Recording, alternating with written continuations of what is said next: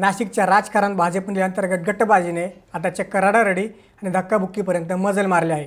गिरीश महाजन यांच्या उपस्थितीत 5 बड्या नेत्यांचा पक्षप्रवेश होत असताना भाजपच्या अविद्यमान आमदाराला अश्रू अनावर झाले आहे। बाहेरून येणाऱ्या नेत्यांमुळे जुन्या निष्ठावंतांना डावलले जात असल्याचा गंभीर आरोप करत नाशिक भाजपमधील वाद आता थेट चव्हाट्यावर आला आहे। नाशिकमध्ये नेमकं काय घडलं आणि भाजपमधला हा गृहकलह आगामी निवडणुकांवर काय परिणाम करणार जाणून घेऊया सविस्तर। नाशिक महापालिकेच्या आगामी निवडणुकांचे वारे वाहू लागताच राजकीय पक्षांमध्ये इनकमिंगला सुरुवात झाली आहे। संकटमोचक मानले जाणारे गिरीश महाजन यांनी नाशिकमध्ये भाजपची ताकद वाढवण्यासाठी इतर पक्षातील बड्या नेत्यांना भाजपमध्ये ओढले आहे। यामध्ये प्रामुख्याने मनसेचे माजी आमदार नितीन भोसले, दिनकर पाटील यांच्यासह माजी महापौर विनायक पांडे आणि यतीन वाघ यांसारख्या मोठ्या नावांचा समावेश आहे। मात्र हे मोठे मासे भाजपच्या गळाला लागत असतानाच पक्षातील जुन्या कार्यकर्त्यांनी आणि नेत्यांनी बंडाचा झेंडा फडकावला आहे। गिरीश महाजन जेव्हा या नेत्यांच्या पक्षप्रवेशासाठी नाशिकमध्ये दाखल झाले तेव्हा भाजपच्या संतप्त कार्यकर्त्यांनी त्यांच्या ताफ्याला वेढा घातला। यावेळी कार्यकर्त्यांमध्ये प्रचंड धक्काबुक्की झाली आणि परिस्थिती नियंत्रणाबाहेर गेल्याचे पाहायला मिळाले।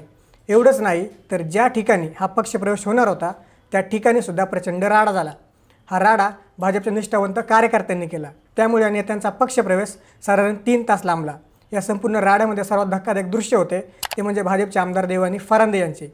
आपल्याच पक्षाच्या कार्यक्रमात त्यांना अश्रू अनावर झाले होते। बाहेरून येणाऱ्या नेत्यांचं ज्या पद्धतीने स्वागत केलं जात आहे त्यावरून त्यांनी आपली तीव्र नाराजी व्यक्त केली आहे।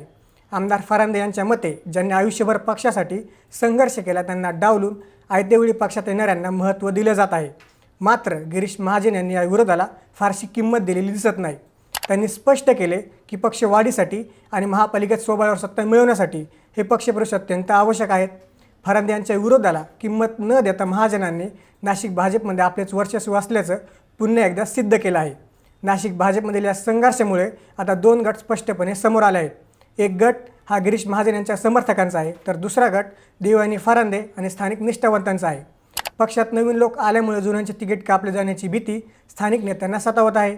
याच भीतीतून हा राडा झाला असून कार्यकर्त्यांनी गिरीश महाजन यांच्या समोरच घोषणाबाजी केली होती। नाशिक महापालिकेत सत्ता मिळवण्याचे भाजपचे स्वप्न या अंतर्गत वादामुळे धोक्यात येऊ शकते अशी चर्चा आता राजकीय वर्तुळात रंगू लागली आहे। नेत्यांचे अश्रू आणि कार्यकर्त्यांचा संताप या निवडणुकीत भाजपला महागात पडणार की महाजन आपल्या रणनीतीने हे वाद मिटवण्यात यशस्वी होणार याकडे सर्वांचे लक्ष लागले आहे। तुम्हाला काय वाटतं? भाजपमधील या राड्यामुळे भाजपला नाशिक महापालिका निवडणूक जड जाणार का? देवानी फरांदे यांच्या विरोधाला भाजपात काहीच किंमत नाही का?